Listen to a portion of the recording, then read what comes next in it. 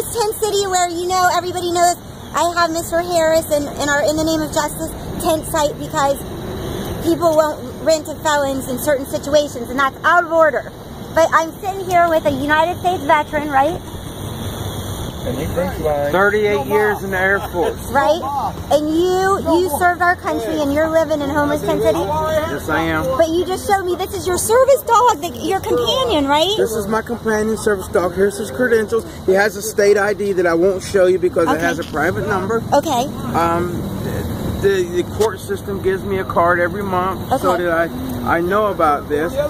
With having PTSD and bipolar and manic depression and some other, and also obviously I was a 1960s Ritalin baby. This is what my government does. Now, my Social Security that usually works pretty good, but then there's some glitches in the system. So all I'm saying is, y'all, when you're out here, don't have no prejudices for these people. Some may fly a sign, or some people might be facetious, but most people really need a little something, something.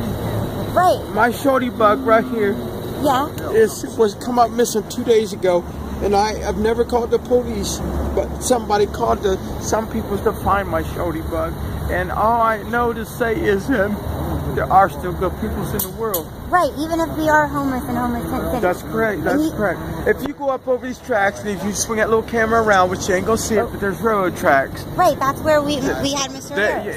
The federal government, which is the railroad, doesn't like people to go up there like Mary Haven and whatever because of dangerous liability laws. Okay. And so they don't want them to come up there, or none of y'all.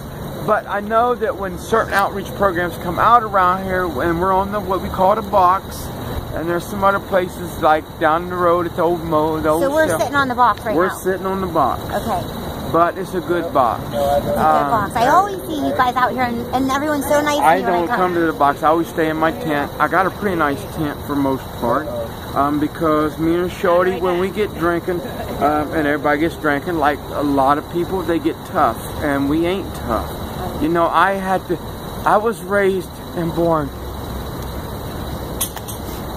Catholic to give life, and when I went to serve my country, I had to take life.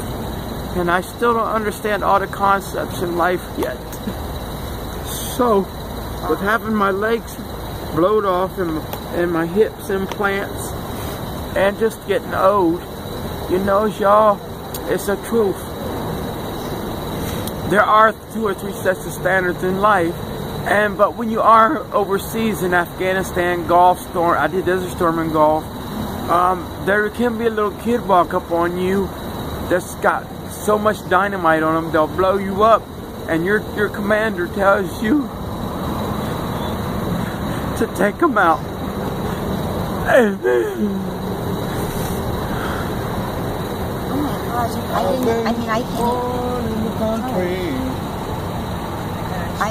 I've heard about that, but I never heard it. And then you have to take a kid's life that has a daddy at home waiting for whatever job they did, and I don't know what job they were supposed to do. Okay, so y'all, if you go into a homeless shelter, and I do outreach work, or if you out here, if you're 18 and going into a homeless shelter, there's a problem. If you hit 56 like I am, there's a real big problem, because you ain't either got the lesson or you ain't going to learn the lesson.